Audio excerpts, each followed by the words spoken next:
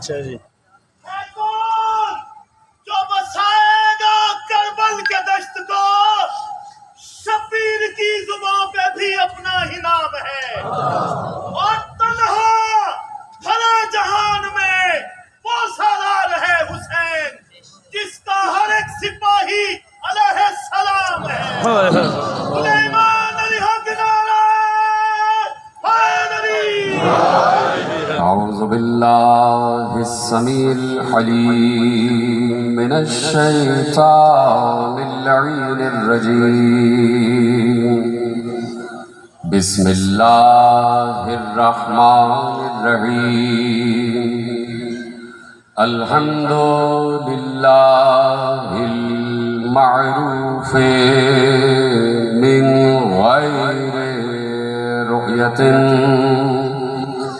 والخالق من غیر ربیت،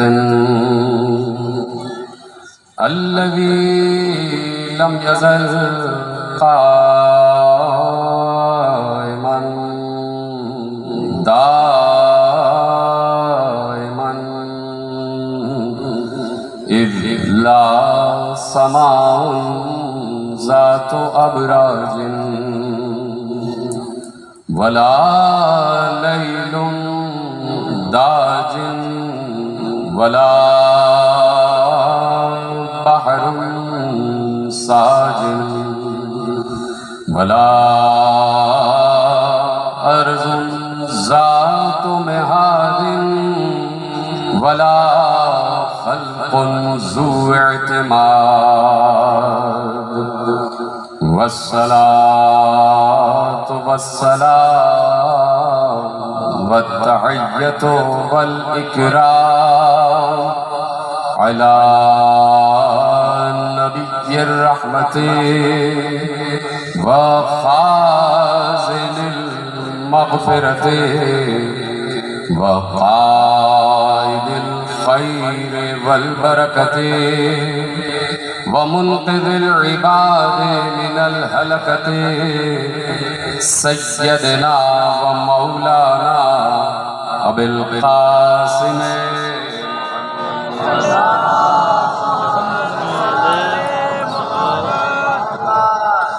وأهل بيته الطيبين الطاهرين المعصومين المظلومين المنتخبين المنتجبين، الذين أذهب الله عنهم الرجس وطهرهم تطہیرا۔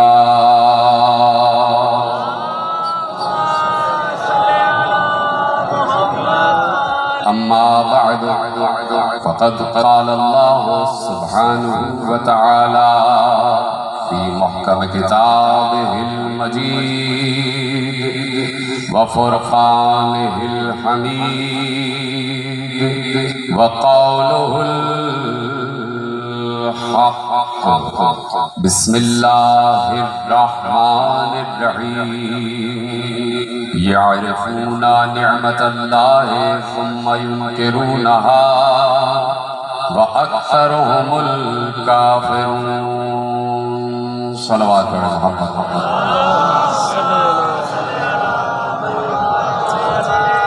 1445 ہجری کے عشرہ ماہ اذا کی مرکزی امام بارگاہ دھوبی گھاٹ فیصل آباد میں آپ حضرات آج پہلی تقریر سماعت فرما رہے ہیں۔ یہاں کی تقاریر کا جو عنوان معین کیا گیا ہے وہ ہے وسائل معرفت۔ وسائل معرفت پر انشاءاللہ آپ سے کچھ حاصل کریں گے، اور انہی امور پر بات ہوگی کہ معرفت کیوں ضروری ہے، عرفان کیوں ضروری ہے، شناخت کیوں ضروری ہے، پہچاننا کیوں ضروری ہے، اور یہ جس فرش اعضا پر ہم اور آپ اس وقت بیٹھے ہوئے ہیں، یہ فرش اعضا سب سے بڑا وسیلہ معرفت، سب سے بڑا وسیلہ معرفت یہ فرش ازا ہے، اور میں یقیناً یہ بات کہنے میں حق بجانب ہوں کہ جہاں جہاں بھی حق پسندی ہے اور جہاں جہاں بھی حق کی طرف سفر ہے، 1400 برس سے ہم یہی دیکھ رہے ہیں، جو بھی حق کی طرف آیا وہ دو ہی شخصیات سے متاثر ہو کر آیا، یا تو حسین سے یا مادر حسین سے۔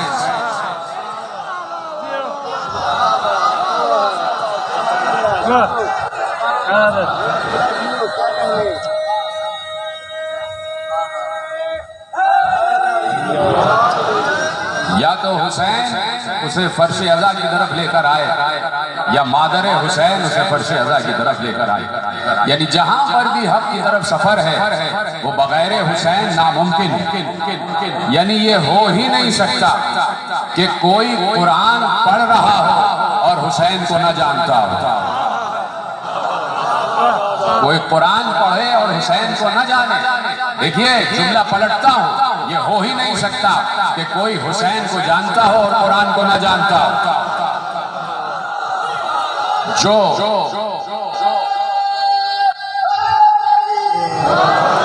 جو شناسائے حسین ہے، جو عارف حسین ہے، وہی عارف قرآن ہے۔ جو حسین کی قدر جانتا ہے وہی قرآن کی قدر جانتا ہے، جو حسین کا ادب جانتا ہے وہی قرآن کا ادب جانتا ہے، جو حسین کی تفسیر جانتا ہے وہی قرآن کی تفسیر جانتا ہے۔ یہی ایک جملہ مسلم ابن عقیل نے جب کوفے میں داخل ہوئے اور ایک خطبہ دیا ہے تو مسلم کے بڑے خطبے میں سے ایک جملہ ہے جو آپ کے حوالے کرتا ہوں، اور انہوں نے کہا کہ فاقلو یا اہل الکوفہ، اے اہل کوفہ ذرا عقل سے کام لو، اترکتم ابا عبداللہ، تم اس ابا عبداللہ کو چھوڑ رہے ہو جو تفسیر کتاب ہے، تم اس ابا عبداللہ حسین کو چھوڑ رہے ہو، ایک شارب الخمور کے لیے، ایک شرابی کے لیے اسے چھوڑ رہے ہو جو قرآن کی تفسیر ہے، جو تفسیر الکتاب ہے۔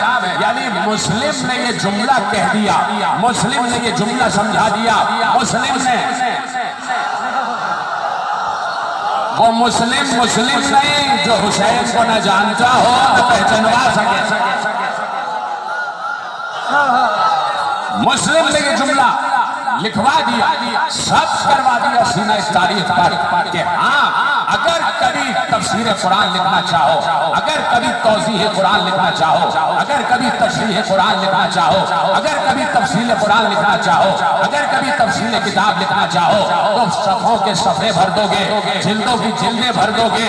کہیں کسی نے 30 جلدوں میں تفسیر قرآن لکھی، کہیں کسی نے 50 جلدوں میں تفسیر قرآن لکھی، کہیں کسی نے 10 جلدوں میں تفسیر قرآن لکھی، کہیں کسی نے 15 جلدوں میں تفسیر قرآن لکھی، کہیں 10 جلدوں میں لکھی جا رہی ہے، کہیں 15 جلدوں میں لکھی جا رہی ہے، کہیں 20 جلدوں میں لکھی جا رہی ہے، کہیں 30 جلدوں میں لکھی جا رہی ہے۔ وہ سب کا سب صحیح ہے، سب کی محنتوں کو سلام، سب کی محنتوں کا احترام، سب کی محنتوں کا ادب، لیکن سب کی محنتیں ایک طرف اور مسلم کا جملہ ایک طرف۔ لکھ دو 30 جلدیں تفسیر قرآن میں، وہ 30 جلدیں ایک طرف اور تفسیر کا ایک جملہ ایک طرف، تفسیر قرآن کا ایک لفظ ایک طرف۔ یا تو 30 جلدیں لکھ دو تفسیر میں یا نام حسین لکھ دو تفسیر، یا نام حسین لکھ دو۔ مجھے بتاؤ کہ گیا ہے یہ جو قافلہ کربلا کی طرف، اس میں ایک شخص مفسر قرآن تھا۔ بڑی آسانی سنا آپ نے جملہ، ایک شخص جسے حسین چن کر لائے تھے، سب مفسر قرآن تھے، اس لیے کہ سب حسین کو جانتے تھے۔ یہ پیچھے والے حضرات میری آواز پہنچ رہی ہے اور میرے پشت پر جو بیٹھے ہوئے ہیں جن کی وجہ سے میری پشت مضبوط رہتی ہے، خدا سب کو سلامت رکھے۔ سب مفسر قرآن تھے، سب مدبر قرآن تھے، سب تفسیر قرآن جانتے تھے، سب تفسیر قرآن جانتے تھے، سب اللہ کو پہچانتے تھے، اس لیے کہ حسین کو پہچانتے تھے۔ جس نے حسین کی تفسیر کر لی سمجھ لو اس نے قرآن کی تفسیر کر لی۔ جس نے قرآن کا احترام سکھایا، جس نے قرآن کا احترام سکھایا اس کا نام ہے حسین، جس نے قرآن بتایا اس کا نام ہے محمد، جس نے قرآن بچایا اس کا نام ہے حسین۔ اگر آج کہیں دنیا کے کسی خطے سے کوئی جاہل و اجہل، کوئی ابو جہل قرآن کی بے حرمتی کرتا ہے تو اس کو جواب دے دو کہ یہ وہ قرآن نہیں ہے جسے تم نے انجیل سمجھا ہوا ہے۔ اس قرآن کا ایک ہی مفسر ہے، اس قرآن کا ایک ہی تشریح کرنے والا ہے، اس قرآن کی ایک ہی تفسیر کرنے والا ہے۔ ہمارے ہاں تفسیریں اور قرآن کے نسخے الگ نہیں، تفسیریں الگ ہو جاتی ہیں، اس لیے کہ پیغمبر نے اسی آیت کے بارے میں کوئی قول کہا ہے، اسی آیت کے بارے میں کوئی اور قول کہا ہے، کسی کو وہ قول میسر آ گیا، کسی کو وہ قول میسر آ گیا، کسی کتاب میں کچھ لکھا ہے، کسی کتاب میں تفسیر کچھ لکھی، یقیناً ہر تفسیر کو ہمارا سلام، لیکن قرآن کا نسخہ ایک ہی ہے، قرآن کا نسخہ ایک ہی ہے۔ یہ نہیں ہے کہ ابو بکر والا نسخہ الگ ہے، عمر والا نسخہ الگ ہے، عثمان والا نسخہ الگ ہے، قرآن کا نسخہ ایک ہی ہے، اور وہی نسخہ ہمارے ائمہ نے انڈورس کیا۔ وہ علیحدہ بات ہے کہ علی وہ قرآن لے کر آئے تھے جو پیغمبر لے کر وہاں سے آئے تھے۔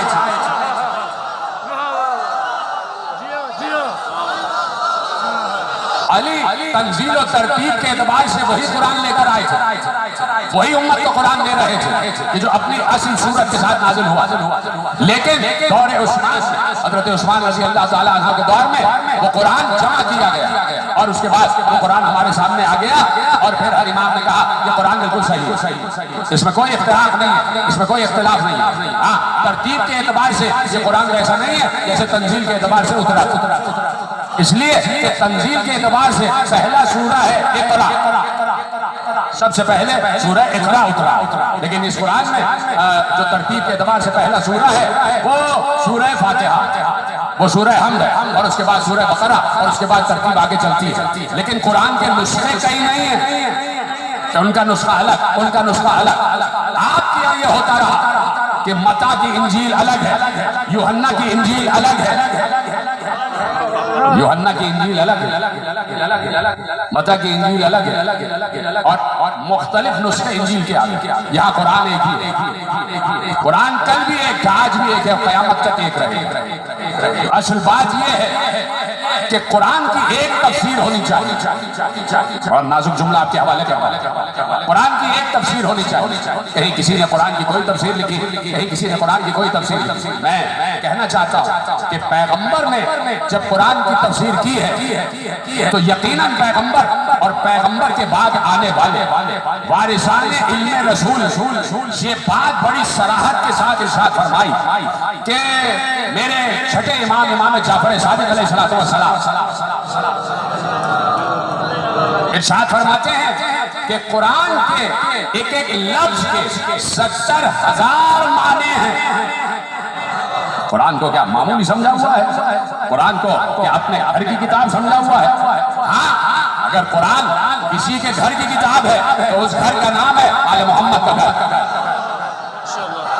قرآن ہر کسی کے گھر کی کتاب نہیں، جس گھر میں قرآن اترا ہم اسی گھر کی بات کرتے ہیں، تفسیر بھی اسی گھر سے لیتے ہیں۔ تو اگر سویڈن میں کہیں قرآن کی بے حرمتی ہوئی ہے تو آج ہم فیصل آباد کے اس عظیم مجمع میں بیٹھ کر اور جہاں لائیو گفتگو جا رہی ہے احتجاج ریکارڈ کروا کہ خبردار اس قرآن کو میلی نگاہ سے نہ دیکھنا، اس قرآن کو میلی نگاہ سے نہ دیکھنا۔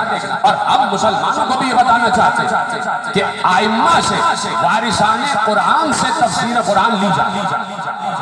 یہ جملہ آپ نے محفوظ کر لیا، ریکارڈ کر لیا کہ وارثان قرآن سے تفسیر قرآن لی جائے، جو قرآن کا وارث ہے اس سے تفسیر قرآن لی جائے۔ اس لیے قرآن میں سورہ فاطر میں قرآن کے وارثوں کی طرف اشارہ فرمایا اور بڑے عظیم الفاظ کے ساتھ اشارہ فرمایا۔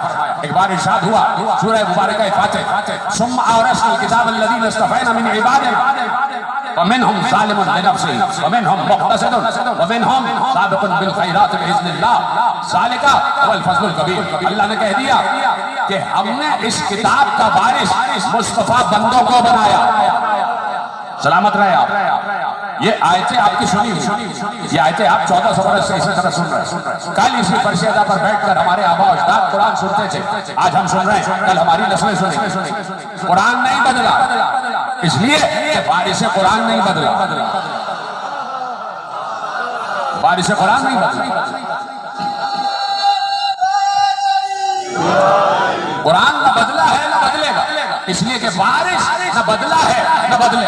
بارش نہیں بدلا، اس لیے قرآن بھی نہیں بدلے اور تفسیر بھی نہیں بدلے. ثم اورثنا الکتاب الذین اصطفینا من عبادنا، ہم نے اپنی اس کتاب کا وارث بنایا. خبردار اس کتاب کو لاوارث نہ سمجھنا، اس کتاب کو لاوارث نہ سمجھنا. تو یہ آیت ہر گستاخ قرآن کی طرف مخاطب ہو کے کہہ رہی ہے کہ اس کتاب کو لاوارث نہ سمجھنا، یعنی گستاخی ہو رہی ہے. تو اس گستاخی کا جواب یہ ہے کہ ثم اورثنا الکتاب الذین اصطفینا من عبادنا، ہم نے اپنی اس کتاب کا وارث اپنے مصطفیٰ بندے کو نہیں، مصطفیٰ بندوں کو بنایا ہے. مصطفیٰ بندہ نہیں، مصطفیٰ بندے.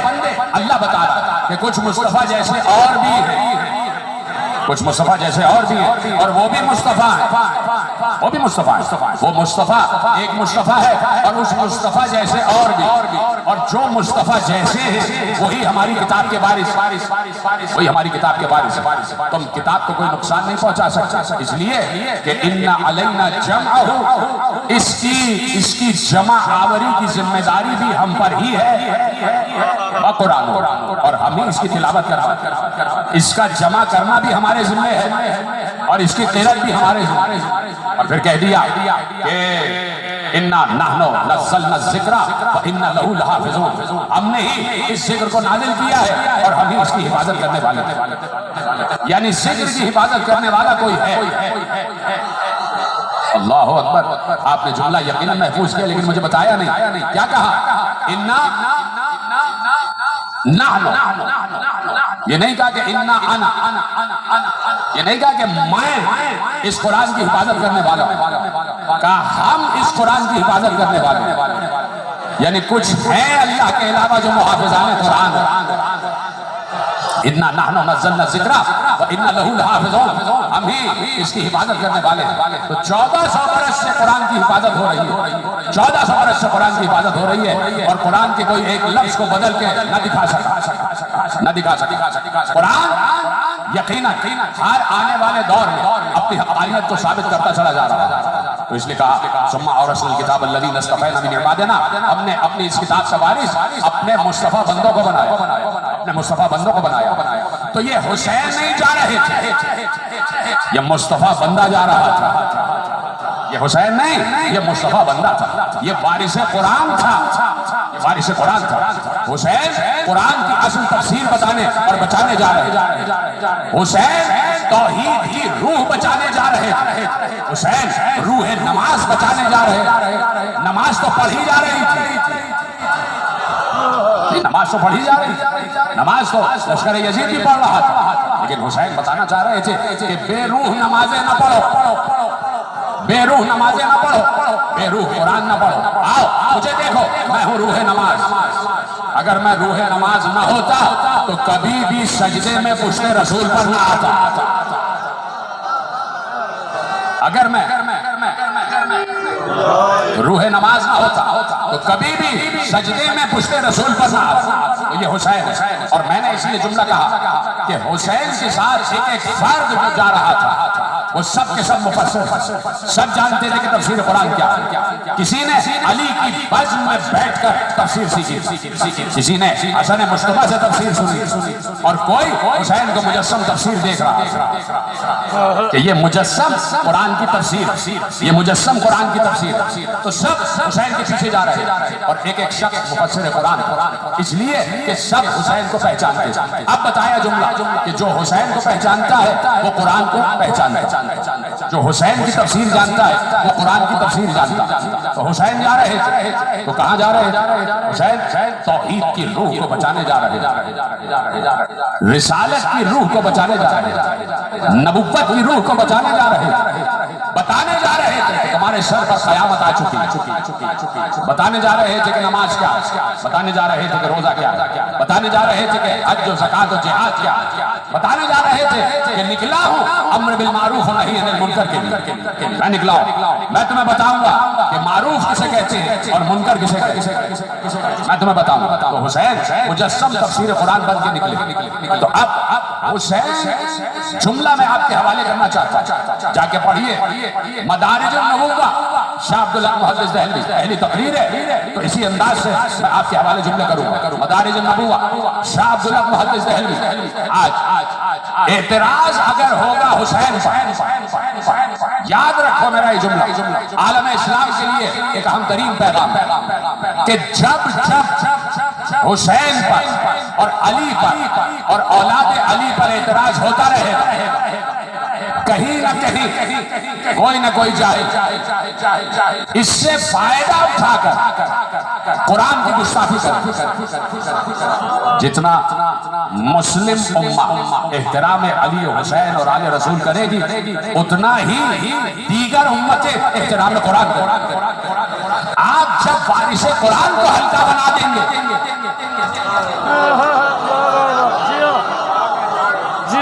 آپ جب وارثان قرآن کو ہلکا بنا دیں گے تو وہ قرآن کو ہلکا بنا. اس لیے یہ مجالس برپا ہو رہی ہیں تاکہ بتایا جائے کہ معرفت کسے کیسے، تاکہ بتایا جائے کہ رسول کی معرفت کیا ہے، تاکہ بتایا جائے کہ آل رسول کی معرفت، تاکہ معلوم ہو کہ انہی کے ذریعے سے معرفت قرآن آگے بڑھے گا. تو اب اعتراض ہوتا ہے، بار بار اعتراض ہوتا ہے، ہر سال اعتراض ہوتا ہے. روتے کیوں ہو، گریا کیوں کرتے ہو؟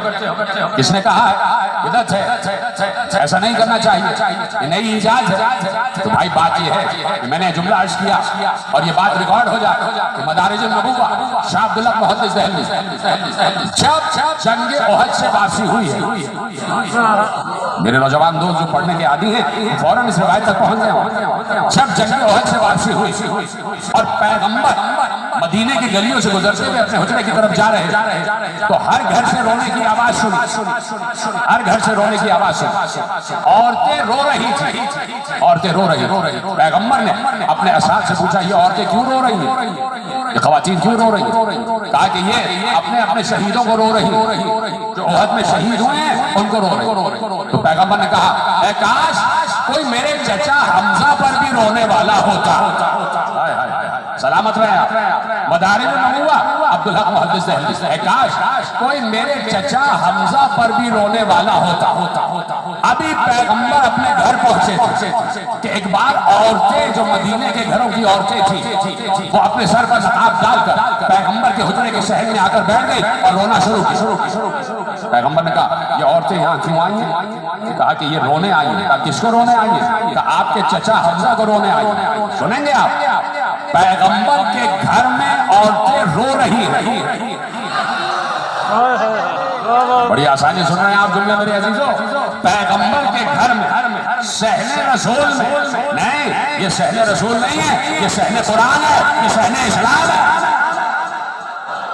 یہ صحن اسلام ہے، یہ صحن قرآن ہے. صحن اسلام میں بیٹھی ہوئی عورتیں رو رہی، گریا کر رہی. تو پیغمبر نے کہا کس پر گریا کر رہی؟ کہا آپ کے چچا حمزہ پر گریا کر رہی. جیسے ہی سنا کہ میرے چچا حمزہ پر گریا کر رہی تو کیا ہونا چاہیے؟ صدر اسلام کا واقعہ ہے نا بھائی. ابھی تو اسلام اپنی ترتیب کی منازل میں ہے، ابھی تو اسلام اپنے اٹھنے کی منزلوں پر، اپنی تعمیر کی منزلوں پر. اسی وقت یا رسول اللہ فیصلہ کروا دیجیے،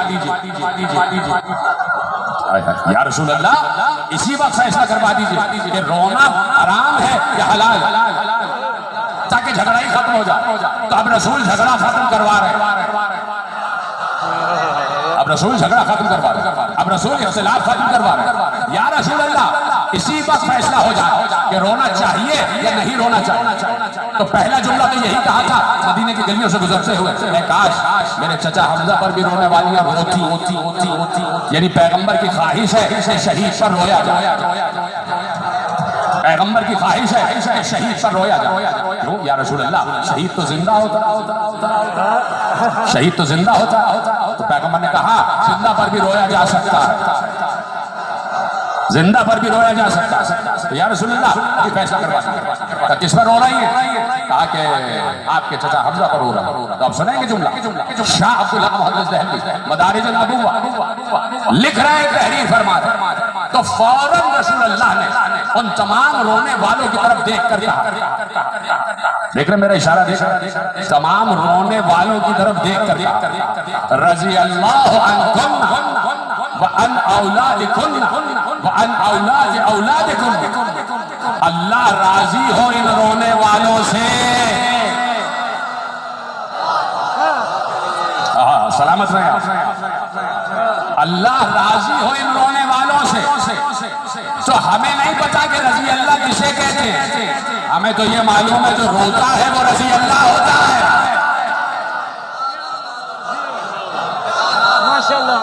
روتا ہے رضی اللہ ہوتا ہے. رضی اللہ عنکم، ان تمام عورتوں سے اللہ راضی ہو. اب صرف یہ نہیں کہا ان تمام عورتوں سے اللہ راضی، خدا کی قسم کیا جملہ کہا، وَعَنْ أَوْلَادِكُنَّ، اور ان کی اولاد سے بھی اللہ راضی. یہی پر جملہ نہیں رکا، وَعَنْ أَوْلَادِ أَوْلَادِكُنَّ، اور ان کی اولاد کی اولاد سے اللہ راضی ہو. یعنی جو روتا ہے پیغمبر کی روح سے، اس کی اولاد بھی رضی اللہ ہوتی ہے.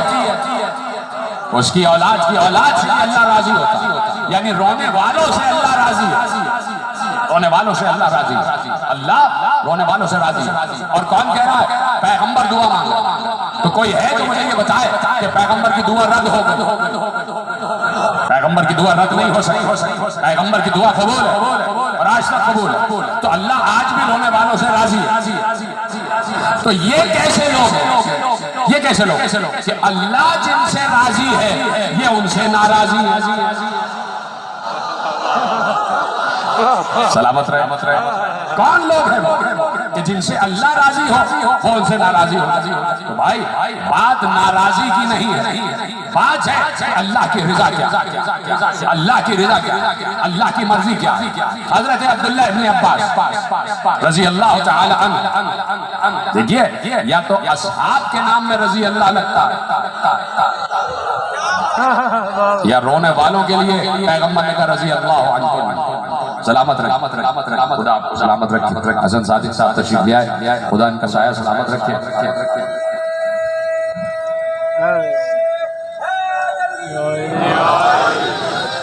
تو حسن صادق صاحب بات چل رہی ہے رونے والوں اور آپ ایک ذاکر ہیں، آپ ماشاءاللہ رلاتے بھی ہیں روتے بھی ہیں.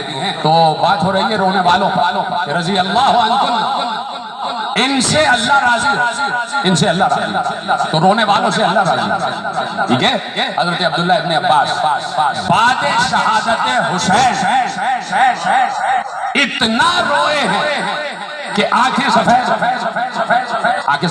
بعد شہادت حسین لکھا ہوا ہے، جا کے پڑھیے گا. بعد شہادت حسین اتنا شہادت حسین پر روئے ہیں کہ آنکھیں سفید ہو، آنکھوں کی بینائی چلی گئی. ٹھیک ہے. حضرت عبداللہ ابن عباس جملہ دینے جا رہا ہوں. اب جملہ میرے نوجوان دوستوں تک میں پہنچانا چاہ رہا ہوں جن کے دل تر و تازہ رہتے ہیں اور جن کے دل اور جن کے دماغ جملہ وصول اور محفوظ کرنے کے لیے تیار ہے.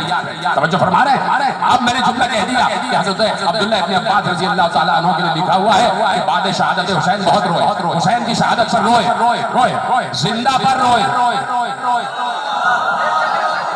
بھئی شہید زندہ ہوتا ہے، زندہ پر روئے.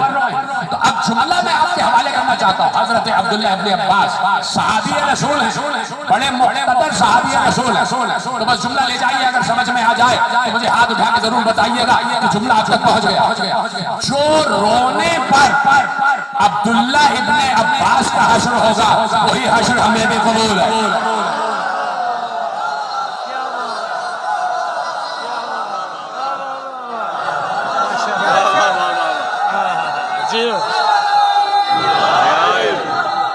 ماشاءاللہ. یا علی یا علی یا علی.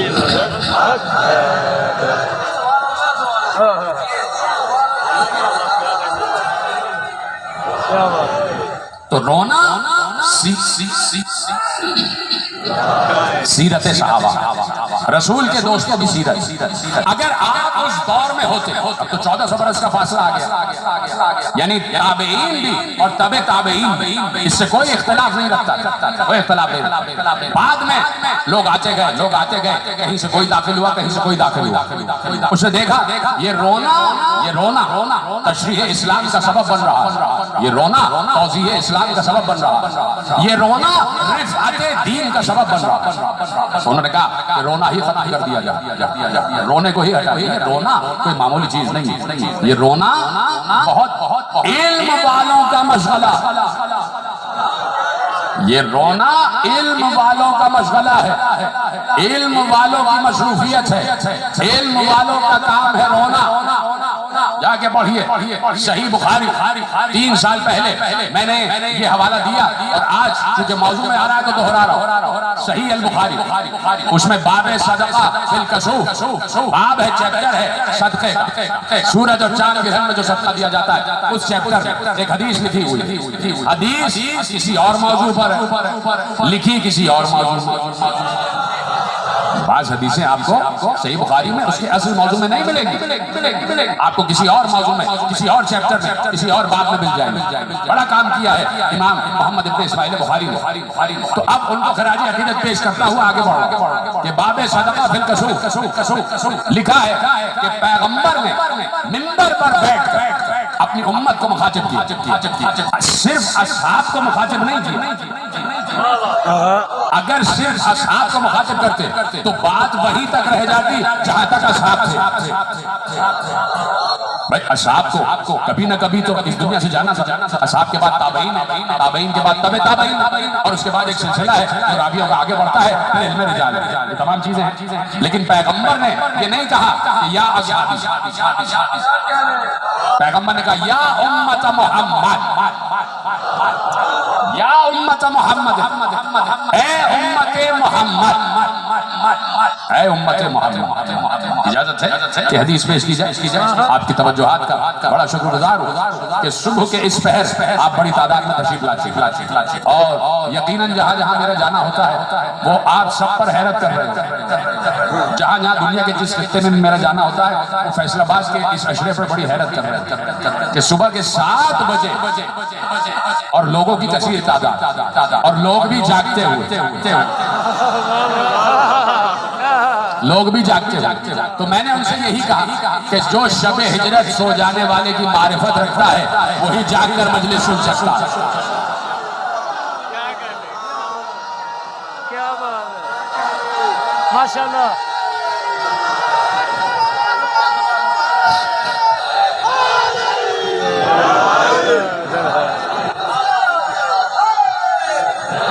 جی کیا بات ہے، ماشاءاللہ.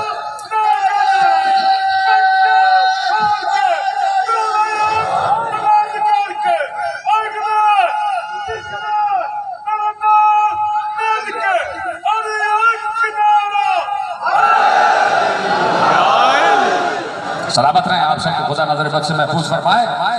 تو عرض کر رہا تھا کہ پیغمبر نے کہا یا امت محمد، اے محمد کی امت. اب جہاں تک امت محمد جا رہی ہے وہاں تک آواز رسول جا رہی ہے. ہم بھی تو امت محمد ہیں. اس وقت پورے روئے عرش پر جہاں جہاں بھی مسلمان ہیں، جتنے بھی مسلمان ہیں، سب محمد کی امت، سب محمد کی امت، اور پیغمبر سب سے آشنا ہے. بھائی سلامت رہے، پیغمبر سب سے آشنا. وہ نبی نہیں جو اپنی امت کے ایک ایک فرد سے آشنا نہ ہو. تو نبی تو ہماری معرفت رکھتے ہیں. یہ بتاؤ کیا تم بھی نبی کی معرفت رکھتے ہو؟ نبی تو ہمیں پہچانتا ہے، نبی اپنی امت کے ایک ایک فرد کو جانتا ہے اور پہچانتا. تو کہتے ہیں یا امت محمد، اے محمد کی امت. اپنے آپ کا نام لے کے کہہ رہے ہیں اے محمد کی امت، یعنی قیامت تک پیغمبر پیغام دے. لو تعلمون ما علمتم، اگر آپ کی اجازت ہو تو جملے پورے کر دوں. لو تعلمون ما علمتم، جو میں جانتا ہوں اگر وہی تمہارا بھی علم ہوتا،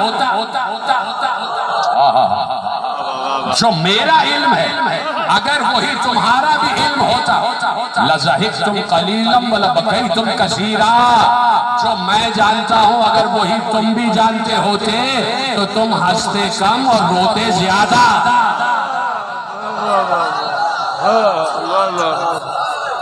تم ہنستے کم اور روتے زیادہ، یعنی رونا علم والوں کا کام، رونا عالموں کا کام، گریہ کرنا عالموں کا کام۔ جس کا علم بڑھتا ہے اس کا گریہ بڑھتا ہے۔ اتنی آسانی سنا آپ نے جملہ، جس کا علم بڑھتا ہے اس کا گریہ بڑھتا ہے۔ جو حقیقت کے قریب ہوتا جاتا ہے وہ اتنا ہی روحانسا ہوتا جاتا ہے، اس کی آنکھوں میں اتنی ہی نمی آتی جاتی ہے۔ جو حقیقت کے قریب جاتا ہے اس کی آنکھوں میں نمی آتی ہے، وہ حقیقت کو پانے لگتا ہے، پھر دنیا سے اس کا دل و دماغ ہٹ جاتا ہے، پھر وہ کہتا ہے حل من مزید، مجھے اور چاہیے، مجھے اور چاہیے، مجھے اور عرفان چاہیے، مجھے اور معرفت چاہیے، مجھے اور معرفت چاہیے۔ تو علی بھی منبر سے معرفت کی باتیں کر رہے ہیں، حسن نے بھی منبر سے معرفت کی باتیں کی، حسین نے بھی منبر سے معرفت کی باتیں کی۔ جاؤ علی کے خطبات توحید پڑھو، جا کے جب آپ پڑھیں گے علی کے خطبات توحید تو آپ کو پیغمبر کے بعد علی سے زیادہ کوئی اور عارف توحید نظر نہیں آئے۔ جس نے جملہ محفوظ کیا ہے اس کو میرا سلام۔ پیغمبر کے بعد علی سے زیادہ کوئی عارف توحید نہیں، جتنی توحید پر گفتگو علی نے کی۔ علی نے سمجھایا ہے کہ توحید ہے کیا ہے۔ صرف یہی نہیں کہ ہم نے پڑھ دیا لا الہ الا اللہ اور بس، ہم نے پڑھ دیا اشہد ان لا الہ الا اللہ اور بس، اشہد ان محمد رسول اللہ اور بس، نہیں۔ جس کا سجدہ کر رہے ہو اسے پہچانتے بھی ہو، جس کا سجدہ کر رہے ہو اسے پہچانتے بھی ہو، اس کی معرفت بھی ہے، جانتے بھی ہو کس کا سجدہ کر رہے ہو۔ ایسا تو نہیں کہ عادت کا سجدہ ہو رہا۔ بتایا علی نے، بتایا رسول کے وارثوں کہ وہ ہر وقت تمہارے ساتھ، اینما کنتم، تم جہاں پر بھی ہو وہ تمہارے ساتھ، وہ تمہارے ساتھ۔ اس لیے کہا کہ ہر وقت اس کا ذکر ہوتا رہے۔ توجہ ہے سب کی، کہا کہ ہر وقت اس کا ذکر ہوتا رہے۔ کہاں سے معرفت کی بات شروع کر رہا ہوں کہ معرفت کا تقاضا یہ ہے، یہاں سے گفتگو شروع ہو رہی ہے اور یہیں سے میں وسائل معرفت پر بات کرتا ہوا آپ کے ساتھ نوزن گفتگو کروں گا انشاءاللہ العزیز۔ حکم امام زمانہ، تائید امام زمانہ، اس پر بات ہوتی رہے کہ کہاں سے بات شروع ہو رہی کہ علی نے بتایا کہ پہچانا اصل معرفت ہے، اصل پہچاننا ہے خدا خدا خدا خدا خدا۔ جس مقصد کے لیے خلق کیے گئے ہو اس مقصد کا نام ہے عرفان توحید۔ جا کے بتاؤ دنیا کو کہ حسین کی مجلس کا ایک ہی عنوان ہے اور وہ ہے توحید۔ حسین کے اقدام کا ایک ہی مقصد تھا اور وہ تھا دفاع توحید۔ کوئی اور خدا نہ بننے پائے۔ فرعونیت شام میں تعمیر ہونے جا رہی تھی۔ کیا حسین جملہ میں نے آپ کے حوالے کیا۔ شام میں ایک نئی فرعونیت تعمیر ہونے جا رہی تھی۔ اب حسین کے لیے ضروری تھا کہ مدینہ چھوڑے، اب حسین کے لیے ضروری تھا کہ مدینہ چھوڑے، جیسے موسیٰ کے لیے ضروری تھا کہ اپنا گھر چھوڑے۔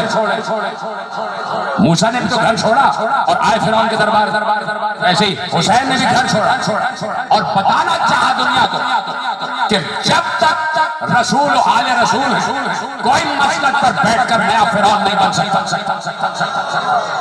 کوئی مسلک پر بیٹھ کر نیا نمرود اور شداد نہیں بن سکتا۔ اگر حسین اقدام نہ کرتے تو قریب تھا کہ یزید الوہیت کا دعویٰ کرتا۔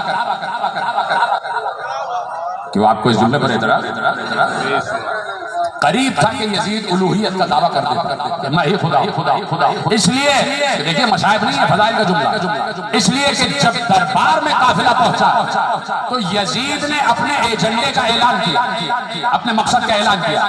کیا اعلان کیا؟ اس سے بڑھ کر تو فرعونیت کا کوئی پیغام ہو ہی نہیں سکتا تھا۔ تو یزید نے کہا سنو، جملہ ہے نا آپ کے حوالے ہے، بچپن سے آپ یہ جملہ سن رہے ہیں، نئی نسل تک یہ جملہ پہنچا۔ اس نے بھرے دربار میں جب آل رسول دربار میں آئے تو اس نے ایک ہی اعلان کیا، نہ کوئی وحی آئی، نہ کوئی قرآن اترا، نہ کوئی فرشتہ آیا، یہی تو اس نے اعلان کیا کہ یہ بنی ہاشم نے ملک و مال حاصل کرنے کے لیے ڈھونگ رچایا، یعنی وہ خود چاہتا تھا کہ وہ فرعون بن جائے، وہ خود چاہتا تھا کہ قرآن خدا بن جائے، تو اس لیے حسین کا اقدام ناگزیر، حسین کا اقدام ضروری تھا۔ حسین چلے معرفت توحید کے لیے چلے، ان خطبوں کو اپنے ذہن میں بسا کر چلے جو خطبے حسین کے بابا نے منبر سلونی پر ہوئی، منبر سلونی پر کبھی کہا الحمدللہ الذی لا یبلغ مدحہ القائلون ولا یحصی نعماءہ العادون ولا یودی حقہ المجتہدون الذی لا یدرکہ بعد الہمم ولا ینالہ خوف الفتن الذی لیس لصفتہ حد معدود ولا وقت معدود ولا نعت موجود ولا حد محدود۔ کبھی کہہ رہے ہیں من وصف اللہ فقد سناہ ومن سناہ فقد جزاہ ومن جزاہ ومن جزاہ۔ علی کہہ رہے ہیں، اب خطبے کا پہلے ترجمہ سن لو اور اس کے بعد پورا جملہ کامل کرتا ہوں اور آہستہ آہستہ میرا جملہ سن لینا۔ علی نے کہا الحمدللہ الذی لا یبلغ مدحہ القائلون ولا یحصی نعماءہ العادون ولا یودی حقہ المجتہدون۔ خدا کی قسم، اسی خدا کی قسم جس کا نام اللہ، کوئی کالا کالا کہنے والا اس تک نہیں پہنچ سکتا۔ یہ تبلیغ کرنے والے کیا جانے کہ اللہ کون، یہ مدح کرنے والے اللہ کی مدح کی گہرائیوں تک نہیں پہنچ سکتے۔ یہ وہم و گمان کو آخری حدوں پر لے جانے والے کیا جانے کہ اللہ کون، کیا جانے کہ اللہ کون۔ اور علی نے ایک جملہ کہا، پریشان تو نہیں ہو گیا؟ علی نے ایک جملہ کہا، علی نے کہا ولا نعت موجود۔ ایک جملہ علی نے کہا، علی نے بہت سے جملے کہے لیکن میں اس جملے تک آپ کو لانا چاہتا کہ الذی لیس لصفتہ حد محدود ولا نعت موجود۔ وہ ہے کہ جس کی صفت کو محدود نہیں کیا جا سکتا، جس کے صفات کو محدود نہیں کیا جا سکتا۔ اب صرف 99 ناموں میں اسے محدود نہ سمجھیں، اب صرف 99 ناموں میں اسے محدود نہ سمجھیں کہ صرف 99 ہی اس کے نام ہیں، نہیں، نام تو اس کے بہت ہزاروں کے قریب نام ہیں، لاکھوں کے قریب نام، صرف 99 نام نہیں۔ اور پھر ایک جملہ کہا ولا نعت موجود۔ اے سب میرے ساتھ اس جملے کی تشریح کرنے جا رہا ہوں۔ ولا نعت موجود کا مطلب ایکسسٹ کرنا، ایکسسٹنس کو کہتے ہیں وجود، موجود ہونا، ایکسسٹ کرنا۔ بار بار جملہ کہہ رہا ہوں، ایکسسٹ کرنا، موجود ہونا۔ آپ یہاں موجود ہیں، میں یہاں موجود ہوں، اس سے کوئی انکار نہیں کر سکتا، اس لیے کہ میں آپ کو دیکھ رہا ہوں، تو جب آپ مجھے دیکھ رہے ہیں اور میں آپ کو دیکھ رہا ہوں تو یہ ایکسسٹنس ثابت کر کہ ہم اور آپ یہاں موجود، ہمارا وجود یہاں پر مسلم ہے، ثابت، اس لیے ہم یہاں ایک دوسرے کو دیکھ رہے ہیں، ایک دوسرے کی آواز سن رہے ہیں۔ علی کیا کہہ رہے ہیں؟ ولا نعت موجود، وہ کہہ رہے ہیں اللہ کی حمد تو ایگزسٹ ہی نہیں کرتی۔ بڑی آسانی سے سن لیا آپ نے، حیرانی کا جملہ تو ہے، حیرت تو اس میں ہونی چاہیے کہ اللہ کی حمد ہے ہی نہیں، اللہ کی حمد ہو نہیں سکتی، یہ الگ جملہ، کہ اللہ کی حمد نہیں ہو سکتی، یہ الگ جملہ۔ علی کہہ رہے ہیں اس کی حمد تو ہے ہی نہیں، اس کی حمد تو ہے ہی نہیں۔ آپ یہاں تشریف فرمائیں، میں یہاں بیٹھا ہوں، آپ مجھے اپنا تعارف کرا دو، میں آپ کو پہچان، میں آپ کو دیکھ رہا ہوں، میں اپنا تعارف آپ کو کرا دوں، میں آپ کو پہچان، آپ مجھے پہچان گئے، آپ مجھے دیکھ رہے ہیں۔ اب آپ جہاں بھی جائیں گے میری تعریف کر سکتے، اب میں جہاں بھی جاؤں گا آپ کی تعریف کر سکتا، اس لیے کہ آپ کو دیکھ بھی رہا ہوں اور آپ کو جانتا اور پہچانتا بھی۔ جو سمجھ گئے ان کو سلام ہے، جو ابھی تک نہیں سمجھے ان کے لیے دعا ہے۔ تعریف اس کی ہو سکتی ہے جسے پہچانا جا رہا ہو، تو اللہ کی مدح، اللہ کی مدحت، اللہ کی کفاس، اللہ کی تعریف تو ایکسس ہی نہیں کرتی، اس لیے کہ اسے کسی نے پہچانا ہی نہیں۔ تو میں اگر الحمدللہ کہہ رہا ہوں تو میرے لیے یہی جملہ کافی ہے، اس لیے کہ میں اللہ کو بس اسی طرح جانتا ہوں کہ جیسے مجھے پہچانوایا گیا۔ اللہ کی تعریف کرنے کا حق نہ مجھے حاصل ہے نہ آپ کو حاصل ہے، اللہ کی تعریف کرنے کا حق اسے ہی حاصل ہے کہ جس نے اللہ کو ویسے پہچانا ہو جیسے اللہ خود اپنے کو پہچانتا ہے۔ اس لیے پیغمبر نے کہا اللہ کو کوئی نہیں جانتا سوائے میرے اور علی۔